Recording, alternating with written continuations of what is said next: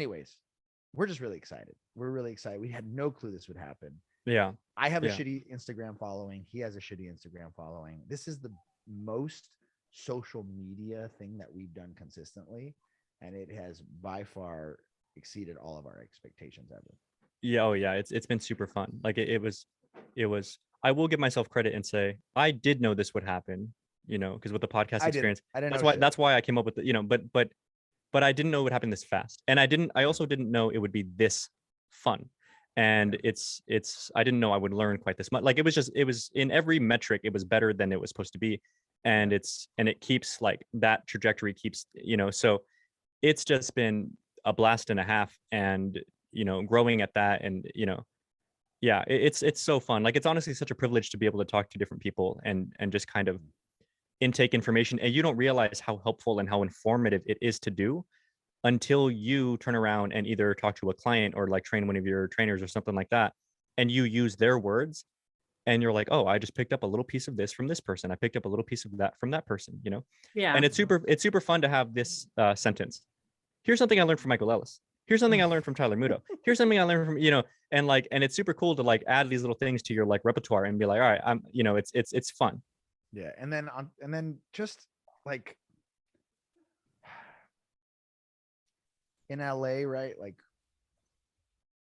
there's a lot of celebrities live in LA, right? Oh yeah. Right.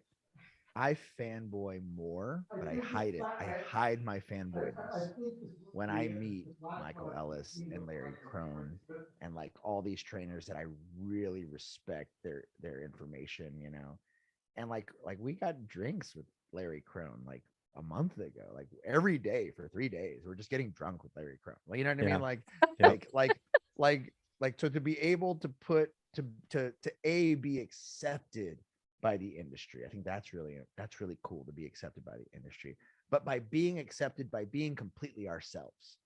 Yeah. Like that's the cool part. It's like we are completely just doing our thing and people fucking like it. And that makes it like feel better. Like we're not pretending, we're just, this is who I am. Like if you meet my 8 staff members, they'd be like, yeah, Brent fucking won't stop fucking teaching me shit. God, he always teaches me shit all the goddamn time. He won't shut the fuck up.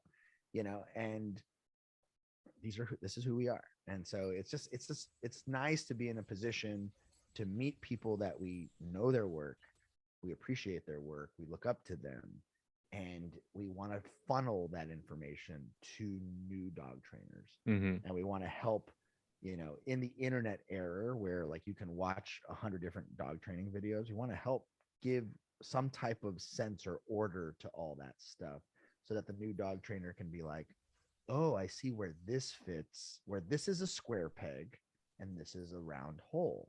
So I'm not going to try and put them together. Mm-hmm. I'm going to wait till I see a round hole and or a square hole, and I'm going to put that in the square hole. Right.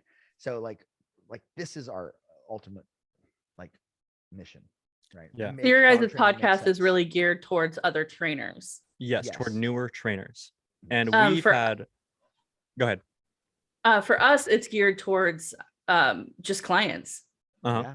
Mm-hmm. Yeah. It's a lot of why ours is formatted the way it is, which is no real formatting, is because it gives people the chance to kind of get to know the people we're talking to, versus just seeing 10 seconds or 3 minutes or whatever clips of somebody training. You get to talk to them and talk to them about their style of training and things like that, so that there's a little less structure to it, and a little more, let's find out how this person is. Yeah, like how they tick. Yeah, and it's important that all these things exist, right? Like it's great that you guys take that approach to it, because then that means somebody who wants to listen like from a young dog trainer's perspective can listen to us, and somebody who wants to listen from a more client oriented perspective can listen to you. So it's always good to kind of cast that wide net. Yeah, I think it's a really interesting, because I've listened to quite a few podcasts by trainers, and like with your guys, it is very geared towards other trainers. I've listened to your guys' podcast. Oh, shocking no one. I'm the only person. I'm the only fan. Sorry. You're the only one. I know. And then I've listened to a few. I'm sorry for the scrambling. My back door is open, and my dogs are really excited that they can run in from the backyard and slide across the hardwood. Don't trip. It's all good. and it is a game. Scratching your So that is forehead the game they're fun. currently playing.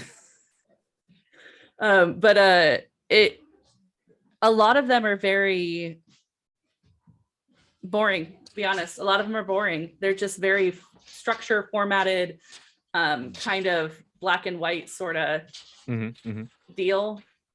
And that makes it not a ton of fun to listen to. Right.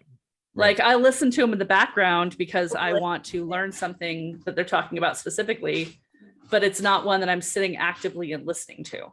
Right. Yeah. There's probably like 5 podcasts that I sit and actively listen to. Your guys' is one of them. Small Town Murder is my favorite. And then there's one called Life Nancy, which a friend of mine runs, that I will actually sit and listen to.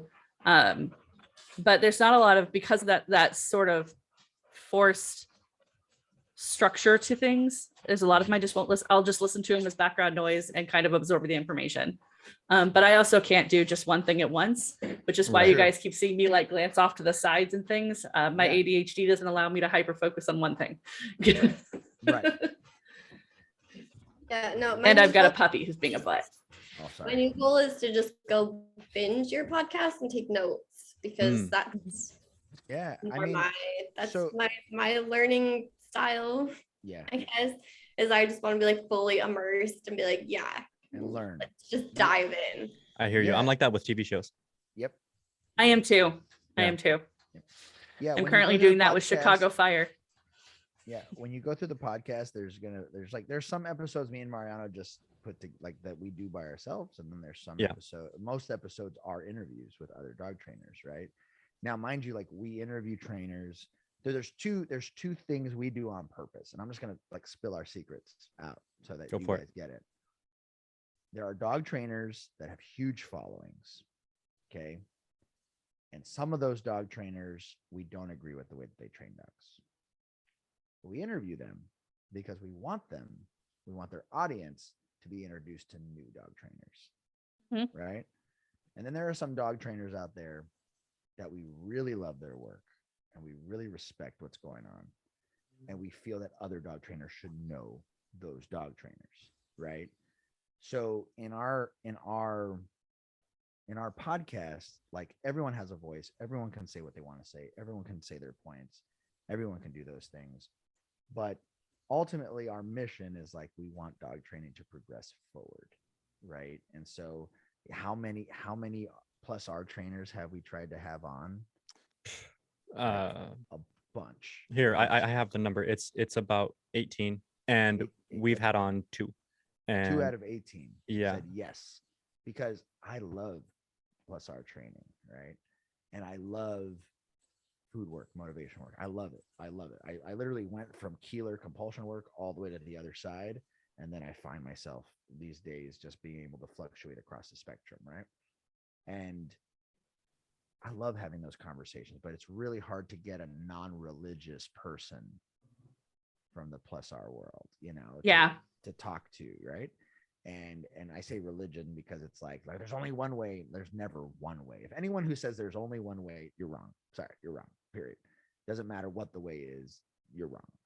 And anyway, so like that is the goal of our podcast, again, is to help try and make sense of the dog training world for young dog trainers and help give them business advice and help give them marketing advice and help give them even if it's not like the right 100% best advice, at least it's the stuff that worked for us.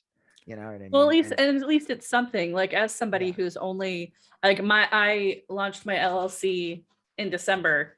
Where we're looking at, we're just getting started. You should have done it in January because now you have to pay that state tax. That sucks. I already paid it. It's fine. I know. If you did it in January, you could have avoided it. But like I just started it and I am a incredibly new trainer. I'm not young, but I'm new. I've only been, I've got one client. I'm only allowed to take puppy clients right now. I can't take anything over a year. Sorry, my dog is being a butt. He's on a leash and he's mad about it. You are what you eat. Well, dogs, yeah. He's a butt. it's really hard to find information in one place that isn't going to be just so hard focused on this is the only way you can do it. Right. Well, right. And that was the other, like, I have kind of a different view for what I put on our podcast in terms of like order of importance. Like, my thing is, I agree in the sense that there have definitely been trainers on who I would not train like them. There have been trainers on who I thought I really liked, and then I see how they were, like, and opinions and things change the more you learn, right? Um, but at the end of the day, my like goal, the way I like to see it is, I'm a firm believer that like sunlight is the best disinfectant, and that just by having conversations helps people formulate their opinions, and it's therefore our job and our privilege. I love it. I love talking to people who I don't necessarily agree with, because I like to think that we're good at having conversations, meaning it's not like an emotional weird attack. It's just let's talk. Let's Yeah. just, and I love it so much because I feel like other people don't have the opportunity to hear two different people discuss something minus the like vitriol. So I look at it as it is our obligation to have conversations with everyone, however crazy you think they are, however whatever. It's my job. Doesn't necessarily mean I condone, doesn't necessarily mean it's I have to bring this information to you. That way you're at least aware of what's going on out there in the world, and therefore you can help formulate your own opinions. And and I love that thought process. I love knowing that people are smart enough to think for themselves, and I'm just going to give you the info as stated, and then you play off of it however you want to play off of it. So it's super fun being able to talk to all these different people. Yeah, someone who has a good common sense compass on them, will be able to listen to episode 4, episode 5, episode 6 of whatever, and be able to come up with their own opinions. Exactly. Like they can't just listen to episode 5 and be like, oh my God, episode 5 is the way. And it's like, no, listen to 4, 5, and 6 and come up with your own opinions. That's the whole goal. Right. Yeah. If I always kind of view things too of like, even if I don't agree with this person, there's probably something that I could still take from them and add to my own thing. And Right. kind of just try to see encounters with people or listening to people or whatever it is, as there's something I can learn from this person. Totally. Whether it's good learning, a bad learning, don't do this and don't do that, or this was awesome and I should incorporate that more. There's always something I can take away from it. Yeah, because a bad learning is a good learning, right? And like, Yeah, and it's Go ahead. sorry, and it's a sense of like, I look at it like this. Unless we're talking like legitimate psychosis, there's very rare examples of people doing things that legit do not make sense. Maybe they don't make sense to us. Maybe it was like morally or whatever the wrong thing to do, but did they have reason? Yes, right? Now, whether or not we agree with these reasons, that's like a different issue. But did they have, like, was there a thought process, right? Like everybody who's done those classes in school of like, is it morally wrong to steal? And everybody goes, yeah, okay. What if you're starving and your child is starving? Is it morally wrong to steal food? And everyone's like, So when you think about it in the sense of this person has reason to do what they do and do it the way that they do it and present the way that they present based on their value system and their experiences and their lens of the world, that's when you find value in pretty much anything. Again, whether you agree with it or not, once you can at least see their reasoning, I think that's a skill set I wish more people had. And since it's difficult for people, that's a skill set in us that I very much value. And that's why I love interviewing other people. Is like, look, if you can't sift through, stuff that you disagree with without getting upset, don't worry about it, I'll do it. Just listen to it. All you gotta do is listen to it, right? So Yeah. it's nice to have that. Like, I really do consider it like a genuine privilege, But You're lucky. that's the lens I look at it through. Is like, it makes sense for some reason. I want to know what that, like, I really want to know what is this reason, and that's a lot of fun. I also like that if you're interviewing and talking to people that you don't agree with, or even that you don't necessarily like, but you want to be able to learn something from them.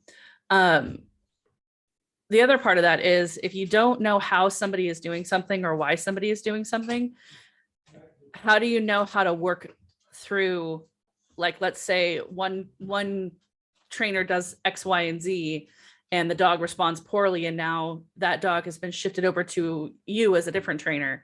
Well, if you don't know how person did X, Y, and Z and why they did X, Y, and Z, then you don't know how to more 100%. effectively Right. mitigate How to- that and deconstruct and reconstruct Right. around it. 100%. Right. Yep. Right. Yeah. Information is key. I mean, just knowing, like, not agreeing necessarily, but knowing is a beautiful thing. Right. And language is a beautiful thing. And I love the whole, like, I guess it, and it's a combination, like, since Brent brought up the siblings thing. I do spend quite a bit of time considering these days, because luckily the podcast is getting to a point where, like, we have a bunch of listeners and we have people who look up to us, like, strictly from the podcast. And some of them are local. I have, like, trainers who come and shadow and learn and do their thing. And I kind of treat them like a big brother would, meaning I very much take seriously the position that Brent and I put ourselves in. With, if people are going to look up to you, you have to kind of be there for them, like, not only as a resource on the podcast, but also, also be willing to go out of your way a little bit to, like, help them out, because we wanted this, like, this is what I asked for, right? So I can't like back out now, right? So we have trainers, like, even my fiance and I had, like, a minor disagreement the other day, because a newer trainer who listens to the show, who's not been on, sorry, but she listens to the show. She's been here learning from me. And she's reached out to other trainers based on my recommendations of who she should reach out to learn, like, certain things. She wanted to borrow a heavy duty crate, because those things are pricey, like, not a regular crate, right? For a dog, and it's a 48 inch, so it's an expensive thing, right? And she wanted to borrow one, and I was like, yeah, sure. And my fiance was like, we don't owe her anything, like, why? And I was like, well, I mean, this is if we're going to keep, like, growing and trying to become these people, like, you gotta walk the walk, right? So if a newer trainer is going to ask me for this, like, I have to say yes, and I'm happy to do it. Like, I don't feel like I'm trapped into it. Like, I could say no, but I like being in the position to be like, if you need something like that, yeah, you can reach out to me, right? If you have questions about a dog you don't know how to handle, a conversation with a client you don't know how to have, yeah, you reach out to me. Like, I really enjoy that, and I Sense of accountability. right. Well, and accountability based on the fact that we did this to ourselves with the show, Yep. So No, I love that. it's fun. It's great to be of service. Yeah, to exactly. people, That's the thing. Like you want to serve. There's an aspect of serving. Like, It's the big brotherism, it's, I want to raise up the siblings, and I want them to be, every little thing that I want them to skip each and every single pitfall that I fell into. Like, it's that whole thing, right? So it's just nice to be able to shortcut them in that sense. Like, oh, you don't have to spend $1,000 on this crate. Here, borrow this one. It's all good, right? Just give it back to me when you're done.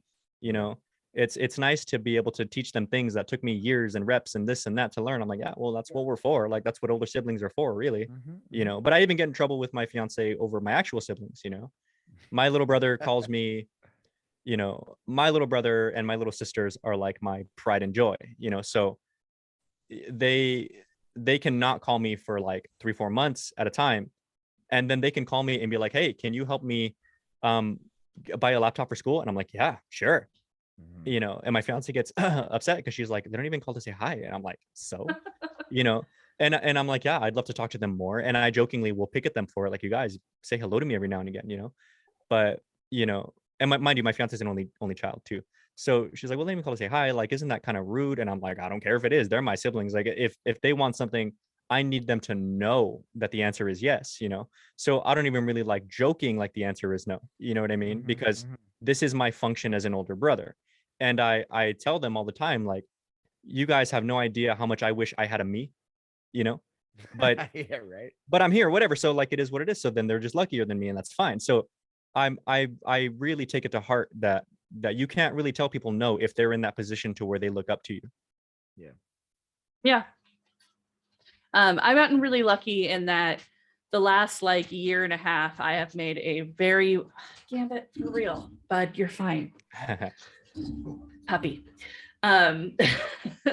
Where I have found myself in a position where I have a lot of really just phenomenal trainers that I can reach out and be like, I don't understand X, Y, and Z. Yep. Can you help me understand this from your perspective? Or, things like that. Gambit, you're not a podcast host, but You're not. She's a like, I podcast could host. be if you let Yeah. me be.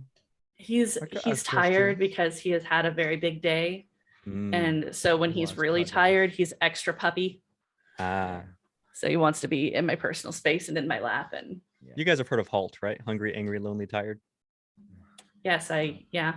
Yeah. It's usually how I judge my mood. Mm-hmm. Wait, He's at hungry, lonely, angry, and tired lonely, is where tired. he's at. When like this works for puppies really well too, or it really even adult dogs too, but it's a term for children.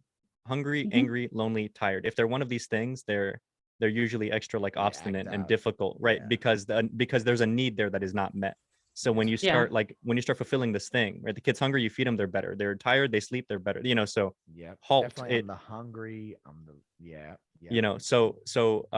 that's why the words exist like hangry and stuff like that, When I'm so hungry and lonely, those are my two big ones. well, there you go. So Yeah, with puppies and adult dogs, I remind people of HALT. Like if you're doing a long lesson or a really intense lesson, like again, like a sport dog or something, and it doesn't seem like their energy dips, so the owner's not aware that they're tired. The dog's just listening less now. I'm like, he's getting tired, and they're like, no, he's not. I'm like, yeah, he is. That's why he's getting obstinate. And I'm like, Oh, you want to yeah. see? Put the toy away. Dog knocks out, and I'm like, all right, there you go. So it's fun to be aware of just keep that in your mind. HALT. Halt. Yeah, Yeah. he is hungry and tired is what he is There right now. there it is. He's like, And that "Feed me." makes him want to be right here. Yep. Yeah, it's 5 here. It's 6:31 p.m. I have not eaten yet today. You should eat. I know. There's like- Well, we can go ahead and we can wrap up. Do you guys have any questions for us? I had one question. We're talking about puppies right now. I guess I want to know who are some puppy trainers that you guys like to learn from. I some really puppies? enjoy Dawn from Open Range Academy. Uh-huh. She's a puppy raiser. I really enjoy watching her and learning from her. She's another one that I can reach out to when I have questions. Shelly from the Jungle Nook. She's my mentor. Her company is Ingle Nook Training Academy. Love it. She is phenomenal with puppies and with an unlimited amount of patience. So I don't get to see a ton of puppy content because most of my stuff, because of my other boxer, is reactivity and fear, aggression, and things like that is the majority of what I see. Because algorithm, because I have a problem dog. Right. But puppy content, I'm still trying to search through and find ones I really like. How about you, Alexis? Oh, I feel like that's a hard question. Whose training videos do you watch when you're trying to learn something new? Lately it's been nobody because I've gotten so just like dragged down and exhausted from the constant BS and drama that's happening that I've kind of just shut off all of the dog stuff and have been like, nah, I don't want to deal with this. But I found a couple of smaller accounts. There's one I've been watching a lot. She's raising a German Shepherd puppy to be a service dog and have been super like just everything that comes up from her. I've just been devouring. Is the Shepherd black too? Do you guys? She's not. She's like a sable colored German Shepherd. Okay. I believe her like username is Murray and Shepherds or something kind of along that vein. So I've been watching her a lot. And I've been just kind of trying to stumble across these more obscure, small accounts rather than like the dog trainer accounts because I know who gotten Ian tired of Dunbar it. is? Who? You guys know who Ian Dunbar is? No. All right, let me do you a huge favor.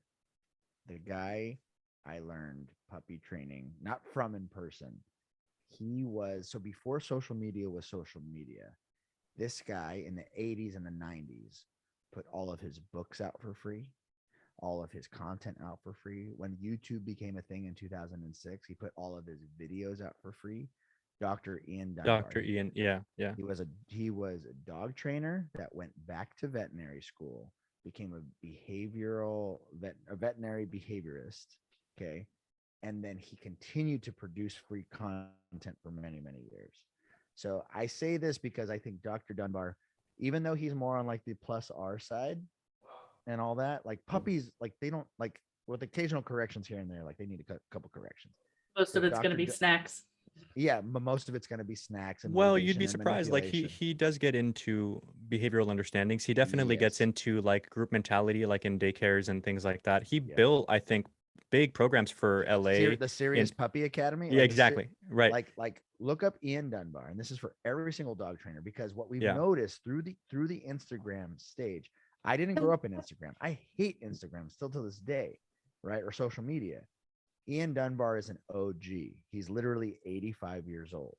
Yeah. But he's been training dogs since he was 20 something, right? If you look up Ian Dunbar, if you go look up Ian Dunbar in Google today, you'll see the Dunbar Academy. I already pulled it up and stuck it under my yeah, I need to read yeah, it yeah. category. Yeah. His Dr. Ian son- Dunbar. His son and his ex-wife, who's 30 years younger than him, took over his business. And he's still alive till today, but he Yeah. just does guest spots and like keynote speaking because he's old. But he is a fucking OG in the puppy training world. In the dog training world, he's an OG. But in the puppy training world, his whole premise in the 80s was raise a good puppy, you don't have to fix aggression. Right? That was his whole goal, which I'm sure you guys are in. If you raise a good puppy, you won't have to, these dogs don't have to go to shelters if you raise a good puppy. So watch Ian Dunbar. There's a Dunbar Academy like puppy program. It's like $150. Buy that shit. Listen to that shit. Read that shit. Watch all the fucking videos, because he has videos from the 80s that still stand up till today. So do that, and your puppy clients will thank you. Your dog training clients for the rest of your life will thank you, because he's a fucking G, like just a G. Yeah, Dr. Ian Dunbar, I think, is a very special one. I think if you like to think of things meticulously and scientifically, then I would also get into, I would get into Michael Ellis and Ivan Balabanov and Tyler Muto, who they just kind of break things down based on scientifically, what is the goal here? What am I doing currently? And is this serving the function that it is theoretically supposed to serve? Or am I doing something that I perceive as a reinforcer, but the dog does, so like, so it reminds you to read things through the lens of the dog instead of what you're perceiving this action to yield. I think all three of those guys really do such a great job of playing things out in that way and explaining things out in that way that dog trainers, like, new or experienced, but just kind of need that like palate cleanser refresher course, go back to that, to like scientifically, what is the goal? Like if I were to go from food to leash, when and why, and what is my objective, right? And that really helps you maximize the utility of your tools and your program, and and it's just so fun to think about too. Yeah. Yep. And yeah, just one more thing about Ian Dunbar. I wish I got paid for this. This would be great. Yeah. Let's reach out. Yeah, that's right. Hey, Ian, his two ex-wives were dog trainers. So it was his ideas versus someone else's ideas, and they would go back and forth on like what is the most efficient, proper way to do something, and they would argue all the time. And so like him and his wife would argue about dog training methods all the time. And so you see over the last 20-30 years of his training, it's evolved, and he puts all that content out there on the Dunbar Academy. So I would check that out. I've added them all to my reading list on Chrome. Cool. You'll love it. You'll love it. If you don't love it, I'll fucking send you money and pay for your subscription. Yeah, no, you'll love it though. Ian Dunbar, Michael Ellis, Ivan Balabanov, you can't not love it. These guys are yeah. How do you spell that one's last name? Balabanov, as in Victor. Balabanov. Yeah. I'll add him too. There we go. He talks Really like great. Drew from Despicable Me. He talks like this. Hello, my name is. Hi, this is Ivan. Welcome to my podcast. But he's also quite possibly the best dog trainer alive. Currently, he's like all these top level dog trainers like swear by this guy. He's that guy. He's the guy who he started his podcast, Training Without Conflict, and the first guest he had on was like one of the most notable animal behaviorists in the world, because they're old friends. He had Michael Ellis on, and they had a 3-hour episode. It was fucking amazing. They're old friends. And they're old friends. And like I was looking at Ivan's online school, and like how every school has testimonials and stuff. I was going through all the testimonials, and it's just people, Larry Crone and Michael Ellis, and then I was like, oh wow, like all these Denise Fenzi, like all these high level trainers are the ones who are, So he's that guy. And Michael He's Ellis, your favorite dog trainer's favorite dog trainer. right? Or he's the person your favorite dog trainer recognizes as quite possibly the best. And Michael Ellis, I would put right up there in like with skill, but his teach ability is just so palatable, and I can listen to Michael Ellis all day. Michael's an educator, man. You're right, He's the best, right. One of the best. You know, Tyler, same thing. You know, kind of the newer generation, but exact same thing. He's a dog training like scholar, and you know, and there's so much fun in that. Sorry, you were gonna say something. Now, Alexis? did they go ahead, Alexis? Oh, I was just gonna be like, I just got like really excited to just go devour all of this information You from should. like this lens point of my Black German Shepherd. Basically, there's like the breeder fucked up big time and took her away from mom before she learned what a correction is. And so I'm dealing with a dog that doesn't understand corrections very well. And I've worked with several trainers, and she kind of throws everybody for a loop. So I'm kind of just like, I just want to go devour all of this. What does and she not understand? What happens when you correct? she just keeps going. It like doesn't mean much of anything. She blows just about everything off. Everything is kind of on a trade-off system of like, Is it always a if you physical cannot correction? motivate If I her- can ask you, yeah, how do you correct? Like, what are you utilizing to correct? So at this point, she is on an e-collar because I did one thing wrong right when she was younger, and we had no fenced yard, and she kept chewing through leashes and Mhm. was potentially in danger. That she has a little bit of a respect to an e-collar. Mhm. And I've done a bunch of classical conditioning on lower levels with e-collar as just a hey, check in, and a way to kind of touch her without being attached because she gets really frustrated about a leash. Okay. And then have started using just above her working level as an actual correction to be like, hey, you need to actually listen. And there's a little bit of respect there. If the e-collar is not involved, she's just like, fuck you, I don't have to do anything. Mhm. Well, Mhm. here's like a fun scientific way that I break this kind of thing down to my other trainers is like, so you guys all know the 4 quadrants: positive reinforcer, negative reinforcer, positive punisher, negative punisher, right? So you were saying then that you did negative reinforcers, right? Like you did escape training with the e-collar, right? You ask command, press button, low level, dog sits down, collar turns off type deal. What you're doing now, what you're attempting to do now is a positive punisher, right? You're trying to put on something, a strong enough aversive in order to offset for like the innate drive of the dog for whatever reason. Let's say she like chases a bird or something, right? So the way that I like to break it down to them is, what is the big functional difference? Not in theory, in application. What is the big functional difference to you between escape training and avoidance training, between negative reinforcer and positive punisher? I mean, so positive punisher would be you're trying to decrease the behavior. Right, Or- but I'm not talking theory. I'm talking when you do escape training versus when you give her a correction, what's different?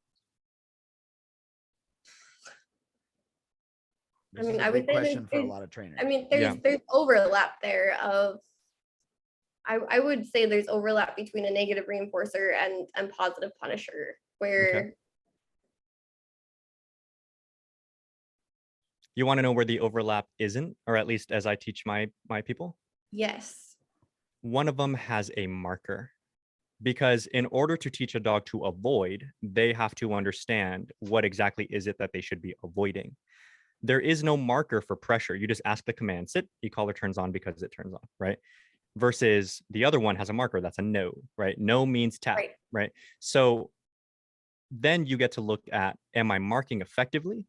Are my levels of the collar high enough for the dog to perceive as a positive punisher versus a negative reinforcer? Because something that people confuse a lot is, have you guys ever heard somebody say, regardless of tool,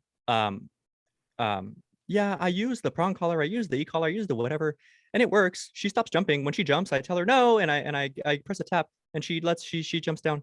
But then she does it again and again and again, and I say no, and I say no, and I say no. And I feel bad because I'm always saying no, and I'm always pressing this button, or I'm always pulling on the leash, and I just feel like I'm correcting her too much, and I'm blah, blah, blah. And I go, okay, so let's break this down scientifically, right? If you're offering if you're trying to get the dog off this person, dog keeps jumping, the dog keeps choosing to make this choice, right? The dog knows what no means, presumably because they say no when the dog gets down, but the dog still chooses to do it again and again and again and again. So what's happening is dog jumps up, you turn on the collar, dog gets back off. Is that a positive punisher or is that a negative reinforcer? Is that a dog learning to avoid the correction in the first place, or is this a dog learning to turn off and escape pressure? And dogs, on accident, on purpose, whatever, because they're very smart, they have a funny way of accidentally pushing owners backwards from positive punishers to negative reinforcers. I'm still going to do the thing, mom, but when you turn on the collar, I'm going to stop it really quick. And then they move owners into the end stages of negative reinforcers, where I'm still going to lunge at this dog, but the second you say no, before the actual collar turns on, I'm going to stop. So I got to have my cake and not get corrected too. And so when you start working with effective punishers, meaning the dog chooses to not make this choice again next time, that's what the technical definition of what a punisher in behavioral sciences should be, right? That's why it's avoidance, right? Now you have to start thinking of, am I marking effectively so the dog clearly, consistently understands what my word no means? Do I sometimes say no when I really mean like or whatever the word is for when you fix something but don't actually add an aversive to it, right? And if your marker for a proper punisher is consistent, is the timing consistent or conducive enough that the dog has the opportunity to perceive and choose? Am I going to do this? Am I going to not? Mom already told me no, but am I going to make this choice? Yeah. And if so, is your aversive, whatever it is, enough in whatever that means, timing, intensity, to actually help the dog choose not to? Because if not, we're probably still working in avoidance or in escape training accidentally, right? Yeah. So when you break things down like that, that's what I meant earlier when I said you have to look at it through the lens of the dog, because here's another a totally different example of everybody. I would think everybody probably who's listening to this would hear food training and think positive reinforcer. Of course, right? You're adding something that gets more of a behavior. We had a dog who just didn't really care about food. So I would sit down with my trainers, I'd sit there and watch them try to lure the dog around with treats and different types of treats and all this stuff. And I'd go, okay, guys, so come here. Let me ask you something, right? This is not a trick question. What are you doing? And they're like, I don't know what you mean. So I draw out the quadrants. Which one of these are you doing? And they go, that one. And I'm like, all right, well, what is the definition of a positive reinforcer? It's something I can add to the equation that makes the dog more likely to do blah, blah, blah. Okay, if the dog doesn't give a shit about food, are you positive reinforcing anything? Where is the reinforcer? The dog doesn't care about food. There is no reinforcer currently. So we have to find what the dog does care about, use that as a reinforcer. Now you're positive reinforcing, right? So you have to find what the dog perceives, not what we perceive as this is what I'm doing right now. Does that make sense? Yeah. And going in this line of, because this is something we learned from Larry Cronin, Ivan Balvanov, right? This is like punish. So pretty much in simple forms, negative reinforcement is something the dog can turn off. A punishment is what happens after the dog tried to turn it off, right? So the example I give, when I'm little, my mom, if I'm acting up, she'd be like, Brent, you need to cut that out. And I'd be like, I don't give a shit. I don't give a shit. And then she'd be like, Brent, you need to cut that out. I'm still in the realm of negative reinforcement, right? I could turn off my mom if I wanted to, right? I'm still acting up. And she starts counting down 5, 4, 3. Now, if I'm really saucy that day, I take it all the way to 0. Now, when I take it all the way to 0, I'm fucked. I can no longer turn off what's about to happen to me. She takes me to the other room. She lays into me emotionally. I can't believe you did that. How dare you? It's so disrespectful. Blah, blah, blah, blah, blah. Now, funny enough, my mom never hit me. My dad hit me. My mom didn't hit me. But she would fucking lay into the guilt and she'd lay into the emotion until I cried. Right? I couldn't turn my mom off once she hit 0. That's a punishment.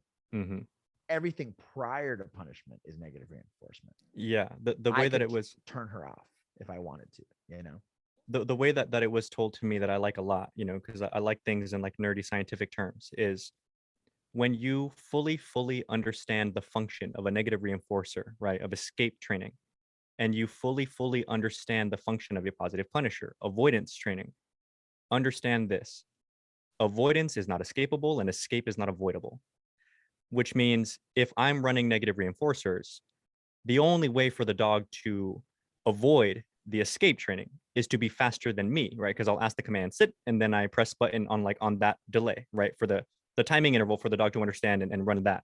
So it'll be sit, press, and hold, right? If the dog doesn't sit in that time frame, like complete the command, the collar is coming, right? I know some people get confused about it and they kind of stop, like they'll go sit and not press a thing just to kind of see what the dog's going to do. And I'm like, okay, but you're muddying the waters a little with what the expectation of the command is, because you also can't defy the dog's expectations, because then they're not clear and there's a whole separate thing, right? In avoidance training, avoidance is not escapable, which means if I say no, because sorry, let me correct you real quick. If the dog knows the onset of the thing is guaranteed, they can avoid it. The problem is after, if the dog has still decided to do the thing regardless of what happens, the punishment is no longer in the dog's control. no, you have it backwards. It's No. escape. If the dog knows, we've done this before. No, we've done no, this. I know, but trust me, Escape I've and dove deep avoidance- into it. Escape and avoidance is still part of negative reinforcement. The terms escape and avoidance have to do with negative reinforcement.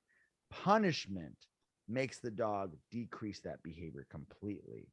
And it's not necessarily through avoidance. It's because the dog no longer even wants to consider that behavior. I don't know if that's super feasible. I think like avoidance is the concept of the dog may or may not want to do a thing, but they choose to not in the first place. That's why there's no need to ever escape pressure, because the pressure never turned on. So there is no escape. True. So the way that I was taught, at least, was, you need to see the behavior diminish. well, of course, but again, that's avoiding a bit. Like, if you were to, This is more of a term thing. Escape and avoidance belongs to negative reinforcement. Dogs do avoid punishments, but the timing of that punishment needs to happen separate from the dog's attempt to turn it off. what? No, well, look, my point being, if Two we're dog talking, trainers. Now we're friends. I by the know, way. I know. My point being, so like, again, my point being, escape, meaning the pressure's on, it's coming. You have to learn now to turn it off. Mhm. The reason why I feel like the way you see it like that and I see it like this is because I agree with you in the sense that like escape and avoidance, like one leads to the other. Like that's why anybody who runs what I would consider to be a proper program with any kind of aversive, a prong collar, e-collar, whatever, should first go through negative reinforcement before just getting into corrections, right? Is because this one begets that one, meaning dogs learn first how to turn off pressure. That is escape training. That's a negative reinforcer. When the line gets blurred, like what you're talking about, like is it escape, is it avoidance? That's because the dog is now conditioned to expect the onset of the collar, but they start to understand the second I complete this command that was asked of me, it turns off. So they learn to beat it essentially. So they kind of turn it into avoidance, but that's also when the trainer starts to learn, or the trainer starts to see that the dog is now ready for punishers. So it becomes avoidance when the dog now makes the choice to not even turn it on in the first place. So now that's why I got into like markers of no, like a positive punisher has a marker, right? So what I meant by avoidance training, positive punishers, is not escapable, is I run things on a delay. I think most trainers I know run things on a delay. Like I say the command and then reinforce the command, positive, negative, any of the quadrants on a delay, right? It's not like no and correcting at the exact same time. It's no, tap, right? So I know a lot of people who get confused about this. If my dog has already done proper positive reinforcers, negative reinforcers, and is now on positive punishers, what happens if the dog makes this mistake and I say no, and before I actually follow through with whatever my punisher is, the dog fixes the behavior? Some people get confused. Well, he fixed it. Like, should I, does that mean I don't do this? But you And said that's no. exactly, you said no. So that's my point about avoidance is not escapable. So it's like the punishment version of, if my dog hears a click, they always get a treat. If my dog hears the marker word yes, they always get a treat. Exactly, Yes. because again, you can't, there are there are relationship and emotional consequences to denying the dog's or to defying the dog's expectations. And there are behavioral, like classical uh, downsides to not being consistent with a behavior. So, so I kind of flipped up my training when I really dove like deep into this, the escape avoidance training, because like I said, I've been on this like dog high lately.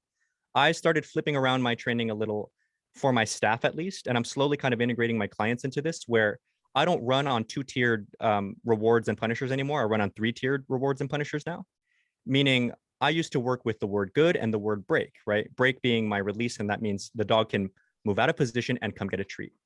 Good, meaning the dog is on the right track, you're doing the right thing. And I still want to be able to mark the end of a behavior. Like if I ask a dog to sit, lay down, and stay, right? I say sit, that's the marker, that's the cue to start the command. When the dog completes, I want them to know when they're done. So I go sit, good, down, good, right? And I'm marking the end of each particular command in the sequence, but they're not done with all of it, which is why it's not break. When they're done, I say break, and they can move out of their stay, come get my rewards, and that's my reward marker, right? Now, that was how I used to run things for the longest time. Now I run it on 3 tiers, because if we're talking like higher levels of motivation, more drivey dogs, and I've just had this influx of more drivey dogs and clients that want to do sport dog stuff. I've been running on a fun concept of preferential reinforcers and using the Premack principle and using all these different things to really drive up engagement for what the dog doesn't care so much to do with what the dog does care to do. So I have good, which is still what it is. Only sometimes I use good to reward a dog, like actually give a treat, but in position. Meaning if I say sit, good, it's not break. You don't get up, stay and sit, but I may reward you, right? Break is still the dog can move and come get whatever their higher version of reward is. And then I use yes for the highest reward I can give this dog. So like with a sport dog, for example, I was working heel with King actually, who's a very drivey dog, very, very drivey. And I'm teaching him to give me a more engaged, more focused off-leash heel, right? So I'll use food to guide him into position, right? Heel, and he'll kind of front to heel on my left side, and I'll say good, and I'll give him a treat, but he's still in heel. And then I start walking and he's still there. And I go every now and again, good, food, good, food, good, food, but he's still in my heel, right? And then I'll say break, treat, treat, treat, yes, boom. And then he gets to jump on my tug toy. And we tug for a bit. And then I do it again and again. And he doesn't really care much about the heel. Like he can do it. He's a smart, sharp dog. But he doesn't like love it like he likes tug. So I was kind of working with the Premack principle. If I know you like tug, and every time we off-leash heel, you get to tug, his intensity of the heel kicked up dramatically. And we're talking in like 15 minutes. And every time I do it with him like 2 or 3 times a day, it kicks up that much more. And I'm teaching him how to like search a car. And I use the same thing. I have my good, my break, and my yes. And, I kind of work based on how I want to increase a dog's drive or engagement levels with something, with what he wants after it.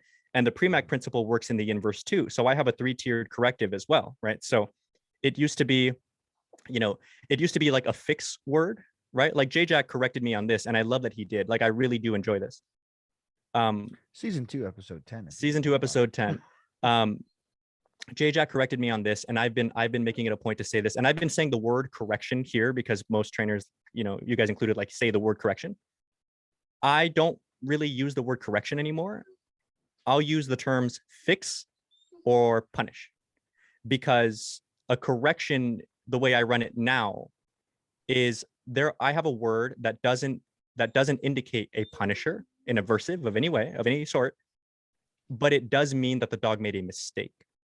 So if I were to ask, let's say, a puppy who's pretty decent with their food training, who knows how to lay down, I say down, and the dog goes down and then pops back up. I don't say no, because no means punisher's coming, right? And this dog there is no function to punishing this behavior right now, right? I say hey, and hey is my like you messed up, but I never apply any kind of aversive with hey. I want hey to have a different connotation. No, I use as a actual punisher. If I say no, the aversive is coming. Again, it's not avoidable, it's not escapable. Like if I say no and you fix the behavior, that correction is still coming, right? That punisher is still coming. Now, my third is if a dog does something like hard line unacceptable. I think I got this one from Larry Crone actually. Like lunges at someone, you know what I mean? Then my word is bad. BAD, right? So I'll say bad, I'll give a higher level aversive. And I didn't want to correlate bad and no, because they both come with an aversive, but I didn't want to be like bad, boom, boom, boom. The next time or let's say I stuck with 2 and I said no, boom, boom, boom. The next time I say no for something much more minor, the dog goes, oh shit, here we go, right? So I want my reinforcers and my punishers to be as consistent as I can make them. And you can use the Premack principle to build drives in this and kill drives in that, and really kind of like fine tune what a dog's natural urges are, right? It's like in the same way, let's say, again, I'm big brother, right? So I would use Premack principle not knowingly. I just thought it was just motivating kids to do what I want them to do. I would use Premack principle to get kids to do something they don't want to do. Like here's the big one: go clean your room. And the kids go, ugh, and they'll sit there and complain. And when they go to do it, they take so long, they're so uninterested that it ends up taking forever because they're like half-assing it. And because it takes forever, they get annoyed because it's taking forever and their day is gone. When the reality is, if you would have been quick, it would have been done, but they don't understand that because they're like currently in this like emotional deflated state, right? So you saying that doesn't land with them, right? How I feel So- about laundry. Right. But here was my secret though. Here was my secret. I would use Premack principle. You guys want to go to the park? Yeah. Okay, go clean your room. Once it's clean, we go. Okay, boom. And they would fly into the room and clean that thing quickly. And then we get to go to the park. So I get to use what they really want to do to build drive in the thing they don't want to do. And if you do that consistently, then, with dogs, then they start to build that anticipation, because dogs are clever in a weird way. They can kind of like not predict the future, obviously, but they build these correlations between, every time this thing happens, this other thing happens too. So like 1 + 1 = 2. If I heal really well, I'm gonna get my tug, right? So that's why I moved to like 3-tier aversives and correctives, and that's when I started kind of rebuilding the way I explain avoidance versus escape training. Well, I am. That was an excited finger freak out, by the way. Okay. I'm gonna have to try that because I feel like I've been stuck in this rut of like this black and white yes and no. But then when it comes to like, okay, we're just working on cleaning up positions and just some obedience type drills, like no feels stupid because I'm like, no is supposed to be like, you knock it off, like Right. acceptable. Yeah. But then it's like, you also, like, if I told you sit, we have kind of an implied stay built into sit and down and stand and all of that sort of thing. So if you break that, like, I'm not going to give a harsher or a more aversive correction with Right. the no, but then my Right. no becomes less important because now we just did 20 minutes of obedience practice stuff Yeah. where my no didn't mean so much. And so we're kind of stuck in this, like, I feel obnoxious to hang out with or be around because You're literally so like, bossy. no, yes, no, yes, no. Yeah, And yeah. like, that is my life right now with her. Yeah. It's just, Sounds like every girlfriend that I've ever been with. Like, yes, Yeah. no, yes, maybe. Yeah, sorry, like- don't I use know. hey. I use hey Yeah. as an Hey, interrupter. yeah. Yep, I do too. I use hey. Some people, and I would recommend you use a word that doesn't have to you Mhm. a negative or aversive connotation. Oi. Well, right, That's because what because Jack I use uses. that a lot, right, actually. because As my it's hard interrupter. for people to not make it sound aversive. Yeah. Like if people use the word no, it's because when they say no, they can like no, right? Like they have it's a natural way to like make it, make sense to them to be like, I'm telling you you've done something wrong and I now need to punish this behavior so that it stops happening, right? Yeah. Versus if you're trying to have like a fix word, use something that doesn't have that connotation. Like some people say the word wrong. Mhm. Like, I'm not mad at you, you're just wrong, right? Some people go, right? I go, hey, Mhm. I go, Mhm. so like something that emotionally has that kind of Neutral. neutrality to you so Yeah. that you don't say it angrily. With You know what I'm saying? emotion. Yeah. That's why I have the sometimes word people teach different languages too. exactly. And then that's why I have the word bad. Like, no, bad. Like it's easy for me to be like bad and want to put a certain emotion to it. Right. Yeah. It makes sense to my brain. I would listen to our episode with J Jack, Alexis, and see what you pull from it. Right. It's 2 episodes ago. But my personal belief is that J Jack is a new scholar that a lot of people don't know about yet, but they will get to know because of the way that he breaks down information that he's learned from other dog trainers. And I think he puts a really simple he puts things in a really simple way. And we just did our documentary in St. Louis And hopefully that stuff comes out in the next couple months. But yeah, he's a good teacher, good educator, and I would listen to that episode and see what you pull from it. Maybe it guides you in the right direction. Yeah, he's a fun one, and he too is like a big fan of Ivan, and I think he pulls a lot of this stuff from. I like, these guys. If you look into these guys who really look into this stuff, like that's what I meant by like the meticulous science. The like, what are you actually trying to achieve, and functionally, are you actually on that path? Are you doing things that you think you're doing, or is the dog perceiving you to do the thing that you think that you're getting them to perceive? That's when I feel like your training just like quadruples. Like I love the fact, and I love my team, like don't get me wrong, but I love when I have time here at home, not doing lessons and stuff, and I get to work dogs, and you see like crazy progress with one of my lessons versus like three, but all I really do that's different is I kind of assess like currently what am I doing and why, and how is the dog perceiving what I'm doing, and how can I change this? Like another fun one, I think this probably falls into the Premac principle too, is like jackpotting treats and stuff like that, and understanding what the goal there is, and understanding that dogs, that reinforcers will affect the behavior behind it, right? And I was having to teach my staff today that one of my trainers, she was like trying to jackpot a dog every time he did like a really really sharp sit, and most other sits are just kind of like average, and they're not terrible or anything, just like they're just like, all right, whatever, I'll sit down because I get treats and stuff. And she was waiting for this great one, and like good, boom boom boom, treat treat treat treat treat. And I'm like, okay, so let's look at this like scientifically, like what is the function, what is the utility of jackpotting a dog, right? And she gets it, like, oh, it's to build motivation, a bigger reward event, build engagement, all that good stuff, right? And so I would say, okay, try this one on for size. Don't jackpot the amazing sit, jackpot the half-ass sit. And because you're jackpotting the dog, watch the sits get amazing after. Because I do that with trick training with 11 when I'm doing trick training with them. Exactly. Because typically speaking, if a dog's giving an amazingly fast behavior or slow behavior, it's not usually because the dog understands the difference between if I do it faster, I get more rewards. Like they understand behaviors, they understand positioning, and they understand correlation between I do this thing, dad gives me that thing. But I don't really think dogs quite understand, like, but if I do it faster, I get more, or at least not to like a very minute extent to where they can do that little bit extra effort and so on. So emotionally, if I build the dog's emotional state, right, the drive, the focus, the whatever you want to call it, then the behaviors get faster just because the dog's more excited. So I'll jackpot mediocre sits downs, this, that. And then because I'm jackpotting and huge rewarding, the dog's like, oh, hell yeah. Then they're turning it up. Then I'm getting the behaviors I was looking for. Yeah, like when I'm doing trick training with 11, because 11, I found trick training is he really likes it, and it helps with his reactivity. Because I can use the things that he really likes doing as ways to redirect his freakouts. Right.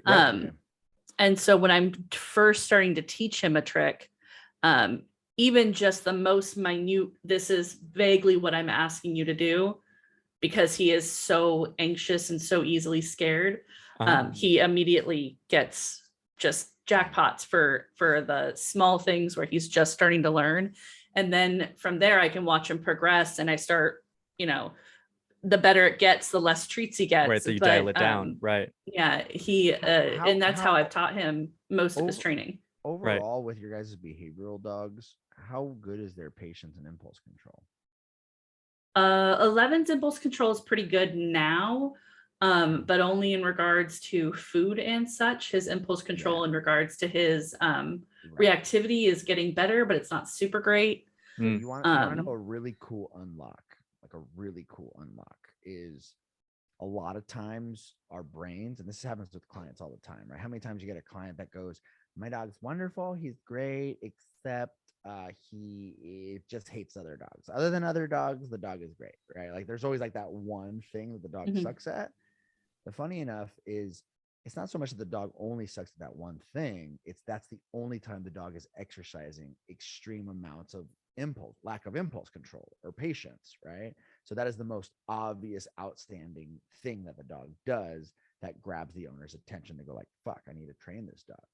And so just like everything else in life, when we work on our delayed gratification, our impulse control, right? Delayed gratification is patience. Can I wait for things that I want? Now with dogs, what is it that they want? Obviously, food is the easiest thing to work on, right? Dogs will know, fucking, I got a paycheck. I'll fucking wait for 10 minutes if I need to, if I'm going to get a guaranteed treat. But other things that we don't make dogs wait for on a regular basis: affection. We don't make dogs wait for toys. We don't make dogs wait for freedom. We don't make dogs wait. My dogs wait for everything. Perfect. So this is good. So our ability to be like, stay, chill, relax, like all those things. Like if someone comes over to the front door, you still need to fucking wait to go say hi to Larry. Larry just got here. You need to wait because I asked you to, right? If they don't have the ability to control themselves when Larry comes to the front door, then there is a small issue there where the dog cannot control a higher state of arousal. Right now, a lot of times we go, fuck it, he likes Larry, let him fucking jump on Larry. There's nothing wrong with him saying hi to Larry all excited like that. But what's funny is if you can't control the dog's high intensity happy emotions, you also can't control the dog's high intensity negative emotions. Right. And so a lot of clients, they fall into this thing where they allow the dog to be fucking psycho and all of these positive emotions, play, saying hi to someone, joy, happiness, greeting, like they allow the dogs to be have completely carte blanche on those things. And they wonder, why does my dog lunge at things? Well, because the dog has no impulse control over their emotions in general, right? And so what we have to look at in our relationship with our own dogs is, what does my dog suck at? And if my dog sucks, like if I can't play with my dog and then immediately be like, out, relax, answer a phone call, and the dog actually is relaxing versus waiting to get the fucking toy again, that's different. And so a lot of times dogs can pause with the anticipation or expectation that they're going to get something back, but not necessarily can they relax. Right. And so one thing that's so important is teaching relaxation as a skill on cue. So a lot of times, some dog trainers, they send their dogs to bed to relax. They put their dogs in a down state to relax. Well, what about just teaching the dog, fucking relax? Right now, if we can get our dogs to relax when Larry comes over and walks to the front door, if we can get dogs to relax when there's 5 other dogs around, like in our daycare that we have, we'll have all the dogs running around, goofing off, and then all of a sudden we'll be like, everyone chill. Everyone chill. So within 20 seconds, we have to calm all the dogs down. And they don't have to sit, they don't have to lay down, but they need to stop playing. And then we go, okay, guys, everyone ready? Let's go back to play. And everyone starts playing again. So it's really interesting, this emotional fluency, this idea of getting dogs to control their emotions versus control the behaviors or positions that they're in. It's a really interesting concept in dog training to fuck with.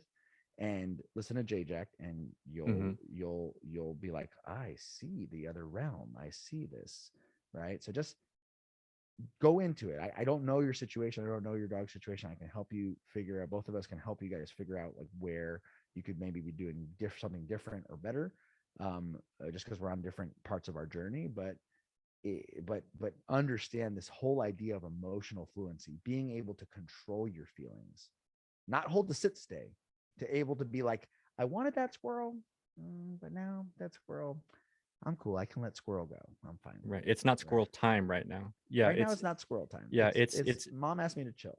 Anticipation essentially is the key. Like anticipation tends to be, I mean, I guess if you really break it down, unless I'm missing something, anticipation tends to be kind of the basis of all dog training. If the dog's going to anticipate a reward, then you're positive reinforcing. If the dog anticipates an aversive, you are punishing. If the dog anticipates more play, then you can out and down, and the dog is down and left the toy with the anticipation we are going to continue. So when you're building your different commands and your things, what J-Jack taught us was have a totally separate word, not to mean out, because out could mean out, yes, and you get right back on my toy. Have a totally separate word to indicate the end of play. And I use enough. That word. There you enough. Exactly. He uses enough too.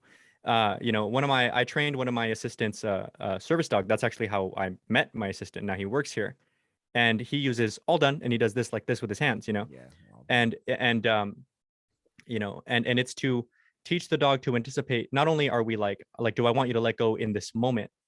We are no longer playing. Stop anticipating continuing of the game, right? So that's how you can essentially So you're building a sense of anticipation, but for a different thing. Now the dog goes, okay, I already know enough means like there's no point continuing to focus because it's going away, right? Mhm.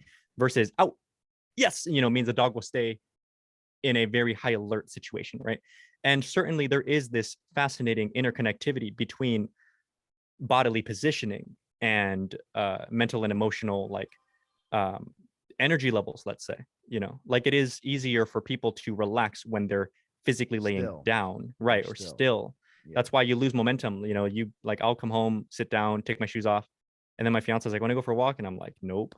Versus if I stay on my feet and she walks in the door, want to go for a walk? I'm like, yeah, whatever. Like I'm moving. I'm mentally not yet committed to being still.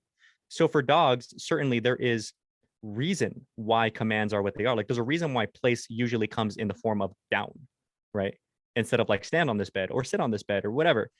But yeah, that being see, and for me, if I put my dogs in place, I don't care what you do on that cot as long as your paws do not come off that cot. right, see, and that's my point, is like there's an interesting interconnectivity there, right? Is like in a way it does help dogs, it does, to commit to not moving. That's not necessarily the same thing as relaxing, mind you, but commit to not moving if they are not standing.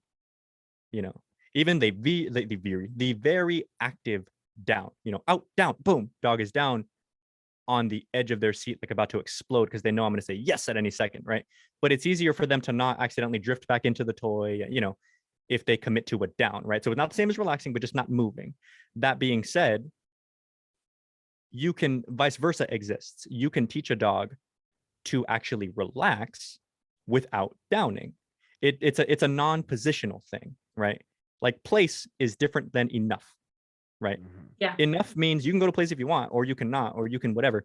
Just chill out But we're while not you're at playing it. with this toy, right? Right. But chill, right? So it's all about building that anticipation. You build that anticipation by not breaking your dog's expectations of what these words mean. You do that by being consistent, and you do that by deciding for yourself, if I'm marking something, how is my dog perceiving my reinforcer? Yeah. Yep. Make sense? Yeah. Anyways, a lot of dog training. Yeah, a lot of dog shit. We got Yeah. into there. Yeah. We got in there. I feel like my brain is broken and simultaneously like not at the same time. And it's just like, cool, we're Well, gonna like rework a let me- whole bunch of stuff. Let me invite Yeah. you guys to this. So I have J Jack coming to teach my staff stuff in November. If you guys want, if you guys feel like coming to California, I will host you guys here. You guys, it's a three-day workshop he's doing for my staff. You guys can come and watch J Jack, and that's on me. You guys pay for the ticket, of course, but I'll just come. drive. There you go. Sure. Where are you at? I got a bus. She's in I'm Georgia. in Georgia. Oh, well, that's like what it's like. You can just pick me up on the way. yeah. Yeah. Honestly, you guys. You got to totally figure can. out how to fit your dogs though, because there's no way your big old dogs are gonna fit in my little bus. I mean, like, so Ramses can stay. He's fine. Okay, so this is, if this gives you any idea what I'm dealing with the shepherd, I have a Malinois and a shepherd. The shepherd is way more intense than the Malinois by a lot. By a lot. B has seen a Look, little Ramses is a sweet little cupcake. There's not much happening upstairs, but he's willing to do whatever you ask him to. I That mean, happens yeah, sometimes. like he like runs into poles and trips over things and like would run into a wall because he's just so The focused on like, doofus. what do you want me to do? I'm walking Yeah. really, really good and I'm looking at you and I'm in a perfect heel and like you forget he's there until he runs into something. Mhm. Oh my And I god. have the shepherd that B has seen a little bit of her go from like totally dead, worn out, passed out, that you put your foot on the floor like you're going to stand up and she's 1,000%. Okay, what's next? What are we doing? You pull out the ball, she starts to foam at the mouth. Yep. Yeah. Anticipation. That is like All that. the arousal levels that this dog has. It's like pass the fuck out to 1,000,000 Yeah. is what I deal with 0 her. to 1,000,000, right? Yeah. Yeah, which has been it's new for me Uh-huh. and it wasn't what I was necessarily expecting Mhm. from my first kind of foray into Yeah. like the sport dog world. Mm. And then she throws off most trainers. I've talked to Bleeker, I've talked to Jonas. Mhm. I've talked to Inglenook a little bit, like, and she just kind of throws everybody off. Well, it's one of those, but it's one of those things. Like, so like as a trainer talking to dogs, when I'm with the dog, I'll have way clearer answers for you. So like, did like Bleecker and Jonas like get a chance to handle this dog? Yeah, so Bleecker has handled her. And it's a very, like, she got her moving well. Mhm.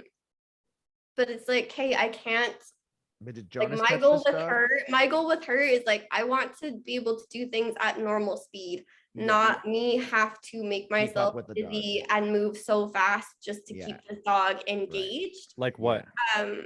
So like, she is the dog that you take her into the most challenging, hardest disaster of an environment that most dogs would crumble. Mm-hmm. And she is the most intensely focused. Somebody could come up and start touching her, and she is just zero, like, laser focused on me. On you. And it's like, I don't give a fuck about anything else in the environment. You try to take this dog for a walk, and she's like, this is boring. I'm gonna go find things to entertain myself, and it's just hell, and it sucks, and it's not enjoyable. You So know, it's like trying to slow her down to a speed that you can live with is the challenging part. that's always the challenge. So here's something that works for me, right? I don't pretend that this is like some universal truth. It's just what works for me. Okay. And it's actually with King in particular, is he's extremely sharp, but he's a lot of dog. So I know exactly what you're saying. And he's also an all black shepherd, right? So I think what you're missing there is fulfillment before work. So I'll bring him out and run him down with some good play and some commands sprinkled into it, just really just for the fun of it. Like I said, like out, down, and then I'll yes him again and whatever. And run him down and kind of satiate that, like, that crazy itch. And then I'll put him away. And then later I'll take him to the mall. And he's so different than if I just try to take him to the mall without playing first. And he's not like constantly looking for this fix, because another element of anticipation with dogs is it's weird to think in these terms. And again, this isn't some universe, this is just how I look at it. I almost look at dogs as having very highly addictive behaviors. And I almost look at this as being, not almost, I do look at this as being very much purpose built by humans, which is what makes dogs as malleable as they are to us, right? Now, there's a downside to that. The upside, obviously, is you can build associations and reinforce the hell out of this and that because they can anticipate things, right? The downside is if there isn't a sense of fulfillment, the dog is full of this urge, like an addict, right? I need my fix. And if you're not currently providing the fix, they almost have no choice. Like behaviorally, they have no choice but to do what all living beings do to how do I enrich my life and stay alive, right? So then they're like, okay, well, I need to do something. And we're talking high drivey dogs in particular, right? Like these shepherds, they're not like the average high drivey dog. So they like need it. So you can look at it two ways. You can start punishing the shit out of it. Maybe that'll work, maybe. Or you can start fulfilling it ahead of time, then take the dog out when that itch has been scratched. Then if you have to punish behaviors left over, let's say, it's so much easier on the dog, on you, it's so much more enjoyable, because from the dog's perspective, it's enjoyable because we were talking about like halt, but halt aside, like hungry, angry, lonely, tired. Another way that I think big brothering helps me with dogs is I look at it as like the hierarchy of needs, right? So if the kid is hungry, thirsty, blah, blah, blah, they're going to be acting up, of course. Like a baby who's shitted their diaper, of course they're crying. Why wouldn't they? They're uncomfortable. And when you change them, immediately they're better like this, right? Or you change them and they don't stop crying. So you give them a bottle. Oh, okay, he was hungry. Oh, and you start going through the things. So for a dog, it's like, you're not hungry. You're not thirsty. Why are you pulling? Oh, do you have to go potty? Break. And I let the dog go, and then they pee and they poop, heel, and the heel is perfect again. And I'm like, I get it. So there was something in the way of you wanting to listen to me. Your hierarchy was not met, right? So if the dog doesn't have to go potty, isn't hungry, isn't thirsty, are you overly excitable? Am I what I'm asking from you currently unrealistic? Like you almost have no choice but to not listen to me because you just can't help it. You're addicted, right? So if I give you some of this fix first, is your heel going to be better now? And I start going through these things, right? And what Brent was talking about, what J-Jack was talking about, putting a cue over time when you're conditioning, right? Enough, stop playing enough, whatever. Then you develop the capability over time to put on a cue without having to go through the process of playing with the dog first. This right now is chill time, right? But currently where you are with the dog who may not know these things, try running them out a little bit first. And I don't mean like physical exhaustion, right? Like I can play with King for 20 minutes. I wouldn't say he's exhausted. This guy can go all day. But he loses interest in the game though. He's not tired, but he loses interest in the game. He's good now, right? Like you're not full to the brim, you're just no longer starving. So he can kind of take it or leave it at that point, you know. So I'll run him down real quick with some good tug, right? Or some good whatever, then go for walks, and he's a dream dog, you know. But if I don't, he's a yippy, jumpy mess, you know. So try that. Yeah, a lot of the issue in training is just, it's like a recipe, right? Like I know I need flour, I know I need baking powder, I know I need salt, I know I need eggs, but how much of what? Right? So it's just like this dog might need 2 cups of flour, this dog might need only a tablespoon, you know, this dog might need 4 eggs, right? Whatever it is, and but it's all the same. Like we start seeing that recipe is specific to that dog. So like for you, if we were to see that dog or at least handle that dog, you know, again, and a bunch of other trainers, I'm sure that's why I'm asking, like, did Jonas actually touch that dog? Because I know for a fact if Jonas would have touched that dog, he would have been like boom boom boom, done. You know what I mean? If I would have touched that dog, boom, boom, boom, just do these things. Because a lot of times we're trying something, but we're not taking it all the way that it needs to go. We're taking it 80%, 70%. We're not taking it 100. And it isn't until you see the 100% what it looks like that you're like, I see how that's the right technique now. I just wasn't patient enough. I didn't push it. I mean, yeah, she's definitely the dog that I always just want to send her to like everybody I talk to and be like, can you just try something with her? And I just want to watch and see what happens. Well, see, that might be part of the problem right there too. Maybe your handler like relationship with her isn't quite there. So like, you know, another thing to Brent's point is something I like to tell people is if you're doing something 80%, even 90% of the way, that 10% that isn't being done sometimes can lead to like 70% of an issue. Like sometimes just doing that little extra fix changes way more than you would think. Like the 90-10 principle isn't always proportional, right? Like if somebody's doing everything right, good treats, good whatever, but their timing is weird, the dog ain't learning shit, right? So fixing that little extra percentage point has exponential benefit from the dog's perspective. But also if you're provides clarity. Exactly. Right. And so part of the clarity, part of the anticipation, part of the expectation that the dog learns to develop with you. Like King is play or no play. He's worlds better for me than anybody else here. And I have other trainers here. And I really believe, and they all hold him functioning like obedience-wise to the same standards. But I firmly believe it is because our relationship is conducive to, again, if we're talking hierarchy of needs and an animal's need to fulfill themselves, dogs are loyal almost to a fault, which is amazing, but also they're living animals and they do have agendas, again, in that sense, right?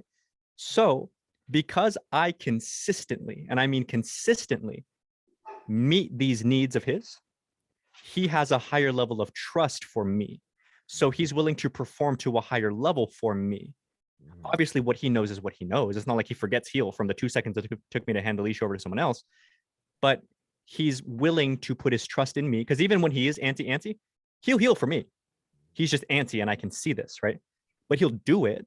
But he does it for me because, I think anyway, because he knows when we get home, I will take care of you, right? So I think if you maybe try some of that stuff, but you do it, then let's see how the dog starts performing for you. Yeah. Listen to the J-Jack episode, get back to us. Yeah. Yeah, definitely. At this point, like, so the only person that's handled her at all has been Bleeker. And that was kind of over a weekend. And I've kind of picked brains of people and described what's going on and shared like videos of what's happening, and have gotten a lot of like, well, try this, try that, try this. And nothing's really helped. This is also one like my relationship with her has been super tricky. I mean, so this was a puppy that came home almost 9 weeks old.